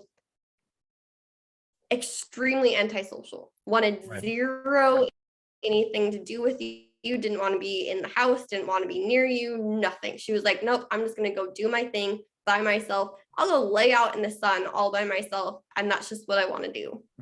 And so even just getting her interested in doing stuff with me took a really long time. When did that flip switch? And then like right now, just, I mean, constant, just meal times or training times, trying to get her interested in play. Toys were a weird thing, but then I like got like a puppy like bite pillow, and she was all about that. So we used a lot of tug and that bite drive to build some interest in me and How just old was the interacting dog with at me. this time? She would have been, I started her with tug within a couple of weeks of bringing her home. Okay, and she liked it. She enjoyed it. Yeah, she enjoyed that. And it kept it from being like my arm that she's trying to drag me across the room by, because it was like, she wanted nothing to do with you, or she was going to drag Play. you across the room by your arm I see. really roughly. And she was a horrible puppy. And people didn't believe me that she was a horrible puppy because you took her in public, and she was a dream and super focused and super attentive and really social. And then it was not a hard environment. And she was just like, I can do this by myself. I don't need you. And that's still kind of her attitude of like, if she can do it by herself, she wants to do it by herself. How much do And you if crate she her? doesn't need your help, she doesn't want your help, and you don't exist anymore. How much do you crate her? She spends still at 4 years old, she spends quite a bit of time in the crate. Because if she doesn't get a lot of crate time, she gets really unruly and just Right. That's what I was thinking. horrible. Yeah. And she's that dog that like, if I didn't care about going for walks, she's a dream to live with. Because right now, like, she put herself on place, is hanging out, being quiet. She'll chill all day while I work and totally chill. We go outside, we can play, she'll amp up, she'll be super into it, she'll be super into training sessions. It's just like the normal, like, I just want to walk my dog. It sucks. And she's way too And active. if somebody walks in the house, B has seen this firsthand. Somebody walks in the house and you try to tell her, no, you can't just run up and be in their face, then it's like screaming, lunging, grabbing any soft object near her, because the Throws a mouth just tantrum. starts going and she just Yeah. releases that frustration from biting things. Yeah. And so it's like, if I'm a hermit and nobody comes over and I don't socialize and we only go to hard environments where There's no dogs in should- between. There's no in there's between. no in between. It's either like she's off and she's being chill and we're hanging out, or she's the most intense But thing you've that ever is met. your mistake. You just pointed out the mistake. There is no in between. It's like going from the shallow end of a swimming pool all the way to the fucking ocean. What is the in between? And that's why you're failing, right? Without even seeing the dog, if there is no intermediate steps, that's why you're failing. Because it's hard, especially if the dog's driven, if the dog gets triggered, if the dog, whatever it is, if the dog doesn't have the coping mechanisms on how to deal with the rising bouts of stress or intrigue or impulse, whatever it is, they don't have the coping mechanisms or the foundation in their head to be like, I gotta fight that feeling, then you're just setting off the volcano, right? And so that's your trick. How do I create intermediates? Yeah, and that's where we're struggling, is to find how to make those intermediates, because even something like, okay, like, let's maybe not do like the super hard thing or even do like the walk itself. Like, let's just work on focus and leash skills and nice healing and some basic obedience, like just in the driveway. You could do that for 2 or 3 hours. But that doesn't help take you. 2 That's, steps, yeah. and she's back to like, fuck yeah, we're going. But that's I can't find the in between. Yeah. So like, for example, like, you have stop signs in your neighborhood. Probably. Like, Maybe. like how Yes, block- yes, like she block, does. right? So Yeah. like something Yeah. as simple as like, my walk for the next 7 days is going to be going to a stop sign and coming back, and to a stop sign and coming back. That's it. That's all my walk is. So we're keeping the learning environment the same, so that way now we can track progress. Because I don't care how many sits and downs and stays and heels and all that, how much you can re-engage your dog to you, is, can I teach the dog to chill? So like for her, like, what, she's sniffing, pulling, lunging, what is she doing? I mean, at this point, it's just like the obnoxious, constant pressure on the leash, Okay. and she wants to be ahead of you Okay. constantly. Yep. And she's on remote collar. For walks, not She's on always. pinch. What is she on? Usually a prong, because if she sees something that she can, I stress about the like she sees the thing that makes her explode, and I'm gonna be on my ass. Like what? Like a squirrel? Like a dog? Bike? Um, Person?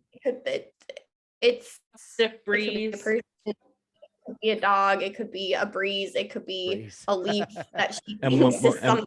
and when we say explode, she's just really interested and excited. It's not like reactivity. It's not. Or she's dragging you Yeah, down the so street. it's turning into reactivity, which has me super nervous. Yeah.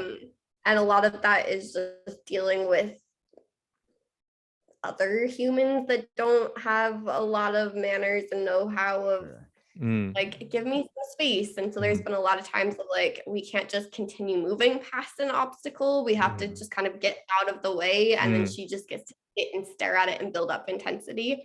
Whereas before, we were kind of in an environment that any sort of obstacles, like a person that she might get excited about, it was very easy to just keep walking past them and not build the excitement.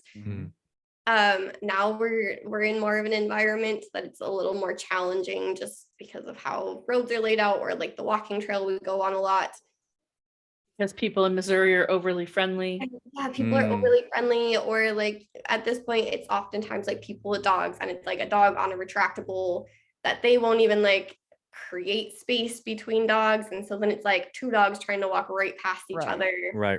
It's just like a bunch of obstacles that are really Yeah, hard to so it's just a manage. bunch of obstacles. And so now it's turned into like I just step off the trail, we get out of the way, but then she gets to just sit there and load on whatever this thing is. So now it went from like, oh, she'd get a little bit prancy and a little bit whiny, but I could just be like, nope, we're just going and we're just walking. And she'd be like, okay, this is not a huge deal. And now it's like, I see this dog and I'm just gonna continue building excitement over it. And like she's friendly Alexis, with dogs, pay but for my ticket to Missouri and I will give you a Saturday and a Sunday session for free, because this is like so it's and I just have hit this point of like and it's frustrating and funny enough when you're so close to this, when you're so close to the issue, you're just like, the fuck, like that's one of the best reasons why I love having I grew up with other dog trainers in the dog training industry. So when I would get where you are, they would just be like, oh, just do X, Y, and Z. And I'd be like, fucking, that's common sense, motherfucker, shit.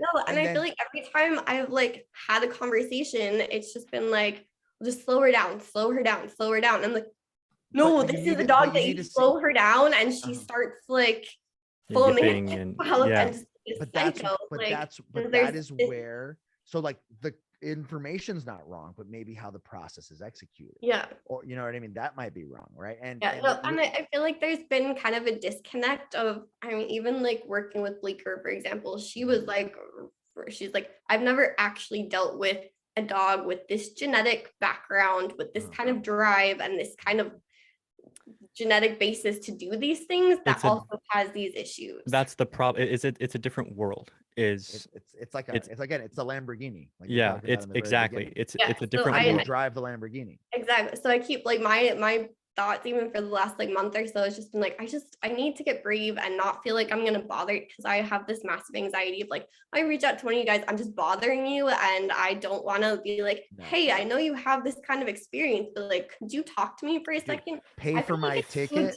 pay for my airplane ticket, and I will give you Saturday and Sunday for free. Just pay for it. There you go. Send me an email with your available dates. Yeah. I'm off the next couple weekends because I'm having a pause between group classes. Like I can go next weekend. Actually, not really. The following weekend because I have clients. Or it could be a Wednesday, Thursday, like 2 days. I'm off on Wednesdays. I have no life and I have plenty of vacation time from work. So instead of weekends, book a Monday through Friday, any day Monday through Friday. If it's 2 weeks out, I can do whatever days because I'm usually booked out 2 weeks in advance. I will fly out. I'll fucking help you. This is exciting to me. I'm to glad do that. somebody's excited because Yeah, it's fun. just I mean, at this point, like I've just been like, I need somebody that really understands like the working sport drive kind of level dog. And I just right. haven't talked to people that really that's not their thing. No. I've dealt with a lot of like behavior and aggression, and I've talked to Jonas, and he's been like, just slow her down. She's just working too fast. Just slow her down. I'm like, she But will again, off yeah, if you slow her down that much. again, She genetically, these dogs are a frustrates. different world. It's not quite the same process all the time. Like again, the information is understandable. Like I wouldn't say the prognosis was incorrect. I would say for a dog of this caliber, it's a different process to get there, right? So certainly you're in this place where you need to develop this interesting mix of slowing down drive as well as capping drive as well as in a sense harnessing drive so you can work on capping drive so you can work on slowing you know and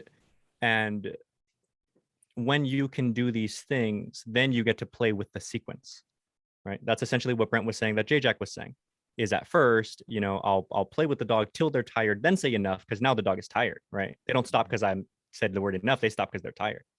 Over time, I keep conditioning this word to mean the end of play. Then dog can be excitable, and I say enough and they go, oop, right? And they, because the conditioning is now there. But conditioning takes lots of repetitions, as you guys know, with anything else too, right? So in the meantime, which is the fun part anyway, you get to build drive and allow the dog to express. So there is that sense of fulfillment, all the while learning how to cap drive, which by the way, is why sport people throw commands at high drive dogs. You know, revere, bark, bark, bark, bark, bark, bark, out, down, bark, you know, because the dog is very driven, right? Because just like they condition enough, you condition revere or ready or whatever your word is to like turn it on, right? So the dog outs and downs and this and that in a very agitated, excitable state. But the dog is completing commands. The dog is capable of, and understand the utility of this. The dog is in this place, like you're saying on the walk, and capable of doing these things at the exact same time, right? So that's the concept of like capping drive is in the middle of craziness. My dog can go and down and stay down, and you know they're not relaxed, but you understand the difference, right? Now, that's a skill set I would think you should learn with a dog of this caliber, while at the same time conditioning proper actual relaxation, which isn't the same thing as a down as we've discussed. But when you start, it's one big process where you're ticking all these boxes on the way there anyway, right? So that's the idea, is when you have a dog who is bred for this high level of genetic drive and this high interest and physical capability, like the dog is built for this, right? For a Lamborghini, right? You have to drive that thing like a Lamborghini, at least for a little while. And then you learn how to slow her down, and she learns that you know how to slow her down. And that was the handler element of it, which is why I can bring King out right now. And he's been in the crate since we started this, and he'll be like insane, but he'll listen to me at the same time. I can go for a slow, regular paced walk in heel, not pulling, not this and that, because I did all this stuff first. Indeed. You know, but yeah, That's fly him so out. interesting. You know, Yeah, I feel like I have a Lamborghini. yeah. But it's a great thing though. With It's no honestly brakes, with it's no a, brakes. it's a super good thing. Like you're gonna learn to love this dog when you know how to work this dog. That's the key, right? So Yes. so you know when you know how to unlock this fun mixture, it's like gas in an engine. You know, it's like technically it's an explosion, but it works for us instead of against us. Yeah. It's super fun to feel like to feel like this dog isn't butting up against me with all this force. This dog is flying me along for the ride, and it's fucking awesome, right? So you know when you learn how to kind of dance with it, it's a great thing. So yeah, like you know, fly Brent out, or if you got, you know, or me or whoever, you know, I'll take some of that. I'll give you guys some time. You know, I'll take some time or what, you know. I feel like she's like like I feel it's that like so I have the Malinois Shepherd mixed puppy thing. Yeah. So easy. He's great. How old is he? Like he's probably about a year. Okay. That like for the first time ever, I'm just like, oh, this is why people like to walk their dogs. What is Like, this feeling? Is why people I like have that with walking, or I my can just, like, boxer puppy. Yeah. I can pull him right out of the crate on my lunch break. We can go do a couple miles out on the trail, come home, and he's like, cool, that was nice and that was enjoyable and that was fun. Yeah. And then I have my shepherd that I'm like, you can do all of these super cool things, and like I love her work ethic and I'm super attached to her and I adore this dog, but I'm like, let's just go play ball instead of going for a walk, because like at least that'll be enjoyable for both of us. Yeah. Well, you know, yeah. again, there's a reason why. Like there's a reason, you know, like fly Brent out or me or whatever, you know, us. Like, but My favorite quote in dog training is, you don't always get the dog you want, but you get the dog you need. you I know, want to talk to whoever came up with that because I have a reactive 2.5-year-old boxer. well, but Well, here's you're probably gonna need to figure that out at some point, in right? in You're in essence, No, the we've been profession. working on it for the last year. He's actually come a Yeah. really long way. Yeah, so In- you're gonna master it. in essence, Alexis, understand this. Everything that Brent and I have been saying about the dog never has in between time. It's either 0 or 1 million, like we said, right? The dog you need to condition a relaxation word, like something to signal the end of excitement, right? All gone. Not temporary, like out, but the end of excitement. All of these things essentially lead to kind of one thing. And the reason why you have to build this, by the way, which is why you have to cap drive and all that on the way, is I forget what the term for this is, but in humans and in dogs and like high thinking mammals, if you consider the brain itself, like on a chemical level, and there are these like neurotransmitters and there are like the neural pathways between neurotransmitters, the more you know about something, like consider in order to play the piano, you have to learn how to Myelin is what you're trying to say. myelin, right? So like you have to learn how to correlate, let's say, what you're thinking to this here, and you have to be able to do this with this hand and something different with the other hand. And your neurotransmitters, they're building these connections based on what all this means. And the more you utilize these things, the stronger these actual connections get between these 2 points of the brain.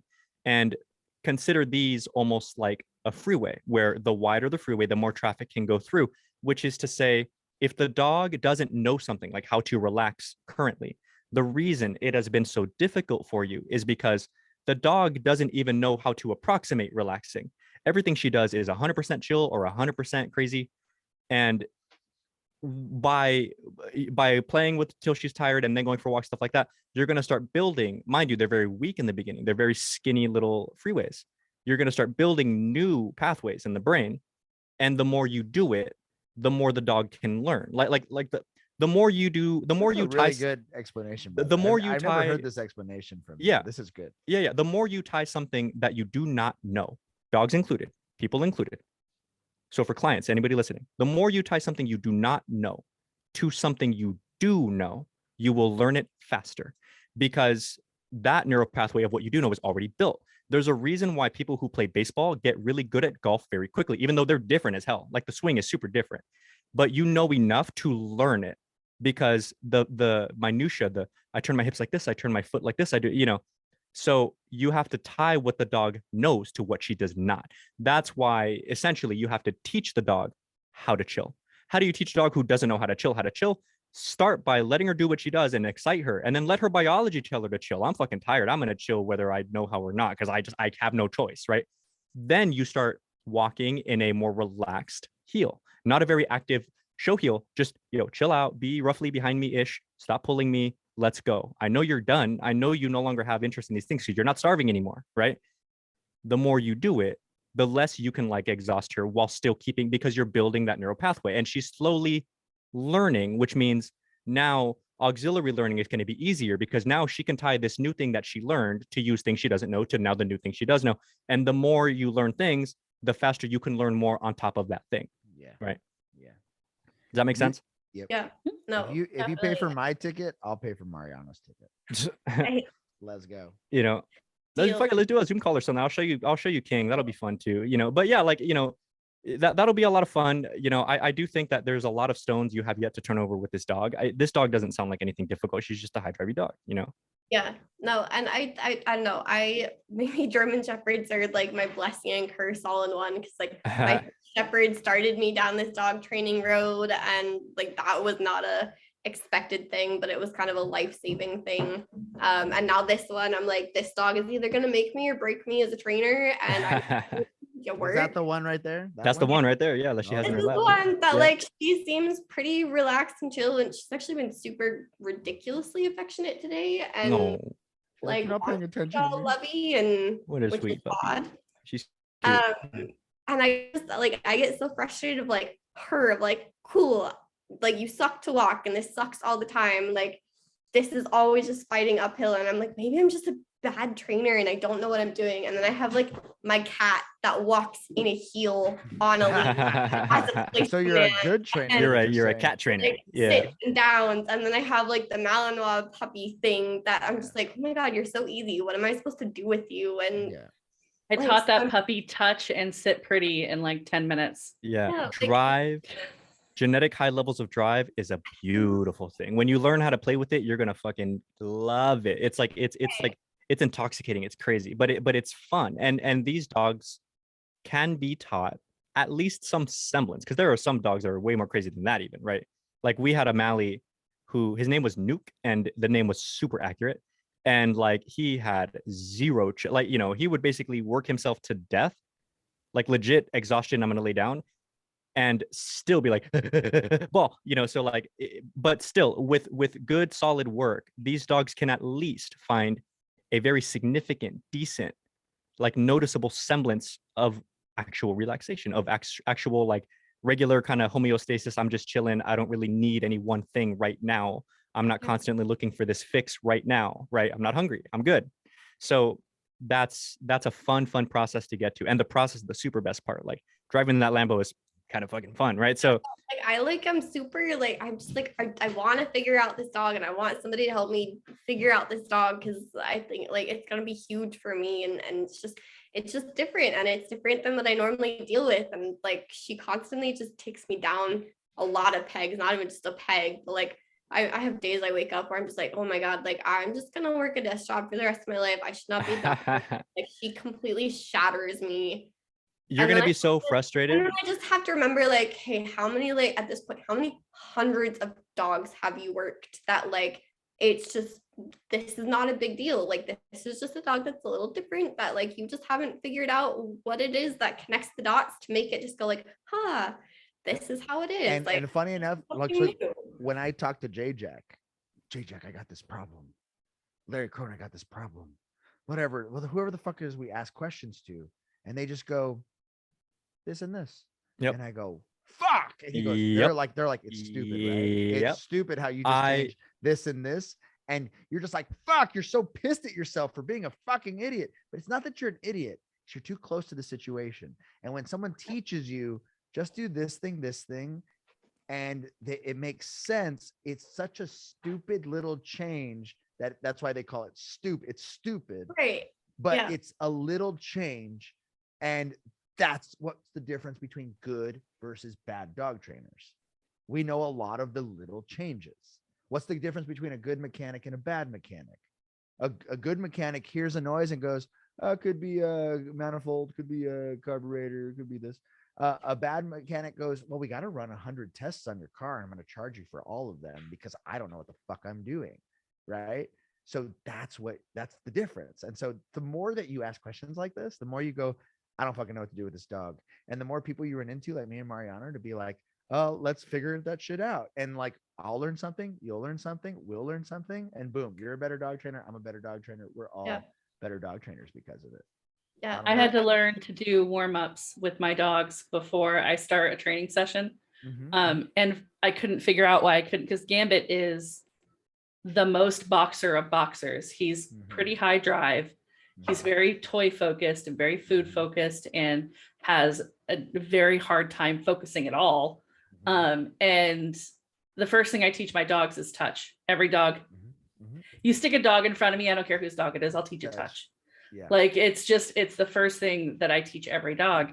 And so it was Bleecker and my mentor who both were like, do you warm your dogs up?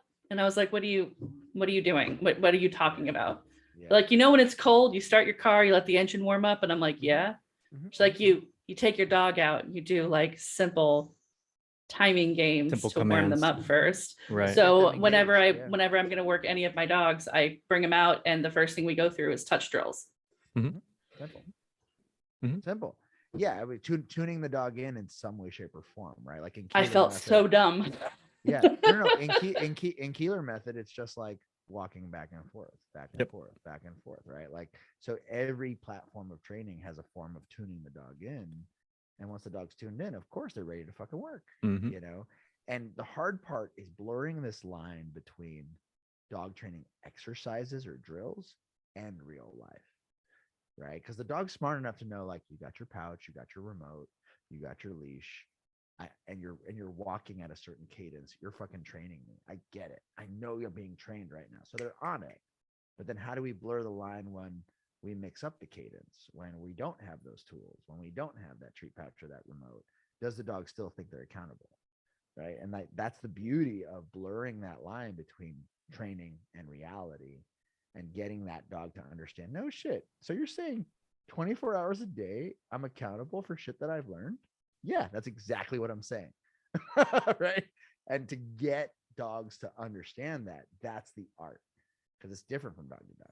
Right. Well, and decision making. I think that's my favorite element. And I have to run here in a bit, you guys. I'm sorry, but decision making is only 4 my hours in. I know. Yeah. Decision making It's only is going to my be the longest episode ever. decision making. It's because Brent, I can just blab forever. It's But 'cause we're chatty Cathy's. yeah, decision making is my favorite element of dog training by far. It's honestly what keeps me in love with training dogs, like with actual working the dog, not doing lessons or whatever. Is I meet a lot of trainers who, they're explaining to me what their process, like this, like, I'm doing this thing, and it's not working for this reason. And I'm like watching this happen.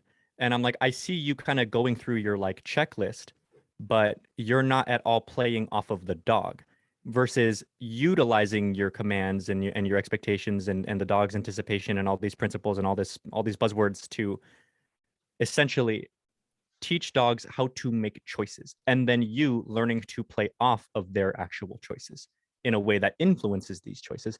And that's like the real essence to me of dog training, is learn how to make a choice, right? Mhm. That's the beauty of it. Like Brent was saying, what if I don't have treats? What if I don't have and naturally, if you're running a full program, you should be doing that anyway, because you move out of food into this, into that, into whatever, Mhm. and you're still rewarding, just not all the time, or maybe I don't have my treats, or like visible to the dog or whatever the case. So teaching dogs to calculate options. I don't see the treat pouch, but also I know blah blah blah, and play off of this. And you can see sometimes dogs be torn and then choose the right option. There's nothing more beautiful to me, right? So that's the fun. And when you learn how to achieve this over and over and over, higher levels of distraction, different dogs, different breeds, different whatever, you love it. And then you try to focus so hard on teaching clients that, not just a module, not just say this, wait a second, press this, right?